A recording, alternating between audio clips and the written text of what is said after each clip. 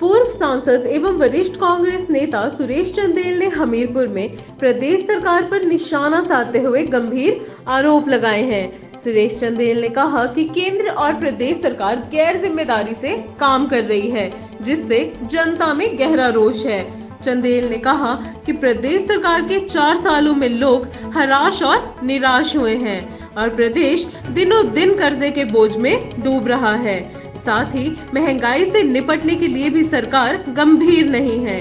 पूर्व सांसद एवं वरिष्ठ कांग्रेस नेता सुरेश चंदेल ने कहा कि नशे पर लगाम लगाने के लिए सरकार नाकाम रही है और सरकार की मिलीभगत से नशे को बढ़ावा मिला है।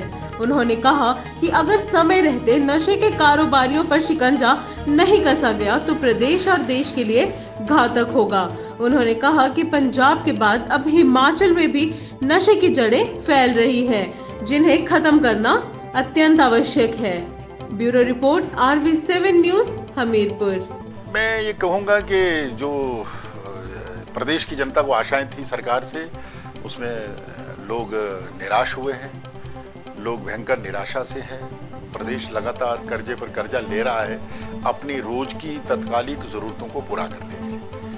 अफसरशाही बेलगाम है निश्चित तौर पर, और इसके कारण जो खजाना है वो सब उसमें लूटमार हो रही है, और लूटमार होने के साथ साथ बाकी उसको भरने के लिए केंद्र की तरफ हम हाथ फैला करके रोज जाते हैं। और आज की स्थिति ये है कि प्रदेश के ऊपर 55,000 करोड़ रुपए से ज़्यादा का कर्ज हो गया है। ये वैसी स्थिति है जैसे कोई सरकार को कोई परवाह नहीं है देश की।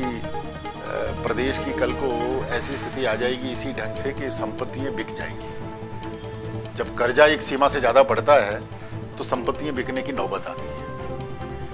भारत की भी स्थिति ये दिख रही है कि आज संपत्ति बेचने की बात हो रही है, या उसको चाहे लीज पर देने की बात हो, कोई भी तरीका हो कि हम पैसा जुटाएंगे, क्योंकि रूटीन के खर्चे पूरे करने के लिए पैसा जुटाने की ज़रूरत है। तो ये ना देश ना प्रदेश की अच्छी आर्थिक स्थिति की तरफ इशारा नहीं कर रहे हैं, और सरकारें गैर जिम्मेदारी से काम कर रही हैं। उसको कैसे ठीक किया जाए उसकी तरफ ध्यान नहीं है, बल्कि संपत्ति बेच करके कर्जा लेकर के कैसे दिन निकाले जाए इसकी तरफ लोग इसको आम देख रहे हैं। सिलेंडर की आप देखिए कीमत कहाँ है, गैस की कीमत कहाँ है, दालों की कीमतें कहाँ चली जा रही है, हर चीज की कीमतें बढ़ी है। तो ये मुद्दा तो है ही है। इस मुद्दे को कोई मेरे कहने से मैं कहूँगा कि ये मुद्दा होगा तभी मुद्दा होगा, ऐसा नहीं। मुद्दा तो ये है ही है, और सरकार इसके आगे लाचार है, हेल्पलेस है। उन लोगों के पास हेल्पलेस है जो महंगाई बढ़ाने के लिए जिम्मेदार है। इसका मतलब सीधा है, सरकार पता नहीं जो ये बेतहासा खर्चा होता है वो उनकी तरफ से आता है, तो इसलिए उनके सामने लाचार है। लेकिन महंगाई बढ़ाने वालों के सामने सरकारें लाचार हैं कि कुछ ये सब काम मिली भगत से, प्रशासनिक मिली भगत से फल फूल ना रहा।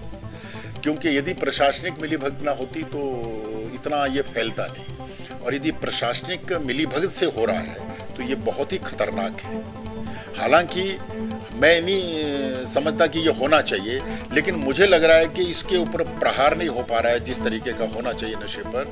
इसके क्या कारण है ये समझ में नहीं आ रहा है। तो कहीं ना कहीं ऐसा तो नहीं है कि जिनको इन सब चीज़ों को संभालना है और इनको कंट्रोल करना है वही कहीं सुस्त होकर तो नहीं बैठ गए। डिफरेंट कारण हो सकते हैं उसके सुस्ती होने के, क्यों सुस्त हैं हम कह नहीं सकते। लेकिन ये सरकार को देखना है कि ये प्रदेश जो है, एक तरफ बेरोजगारी बढ़ी है, लोग फ्रस्ट्रेटेड है, और ऊपर से ये नशा आ रहा है, तो नशे की तरफ फ्रस्ट्रेटेड जो है वो जल्दी अट्रैक्ट होगा, और ये प्रदेश उसकी तरफ बढ़ रहा है। ये इस बात को गंभीरता से विचार करने की ज़रूरत है, और यदि नहीं किया गया तो मैंने वही कहा कि नौजवान में जो लड़ने की ताकत है वो नशा खत्म कर देगा। तो सब शायद पता नहीं इसलिए सब सुस्त बैठे हैं कि भाई नौजवान हमारे से भी क्या लड़ेगा, हमें क्या चुनौती देगा जब ये नशे की चपेट में आकर के सोया रहेगा।